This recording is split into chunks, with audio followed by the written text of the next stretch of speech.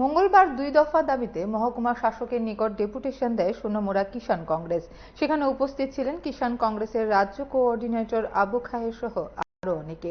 তাদের দাবিগুলো ছিল রেগার শ্রমিকদের বকেয়া মজুরি মিটিয়ে দেওয়া, পূজার আগে রেগার কাজের সময় বৃদ্ধি করা। পরে এই দিনও রাজ্যের বর্তমান পরিস্থিতি নিয়ে তীব্র সমালোচনা করে নেতৃত্ব কি অভিমত ব্যক্ত করেছেন শুনুন। আজকে আমরা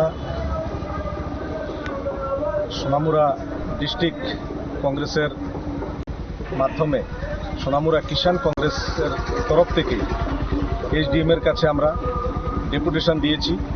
এই ডেপুটেশনের মূল উদ্দেশ্য হচ্ছে যে আমাদের রেগার শ্রমিকরা তারা তাদের সঠিক ন্যায্য মূল্য যে তাদের টাকা পয়সা আছে এগুলি যাতে শারদ উৎসবের পূর্ব মুহূর্তে এগুলি যাতে তাদেরকে ক্লিয়ার করা হয়। আর দ্বিতীয় পয়েন্ট হচ্ছে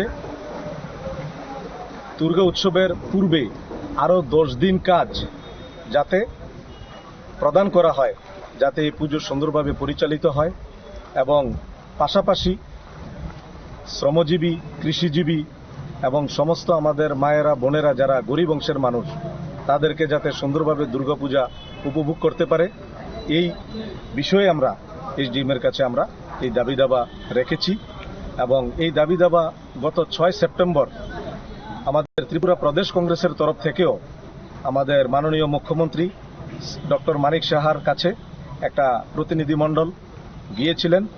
তখন জনহিতে জনগণের স্বার্থে যে সমস্ত দাবি দাবা রাখা হয়েছে এর মধ্যে আমাদের এই দুটো দাবিও ছিল।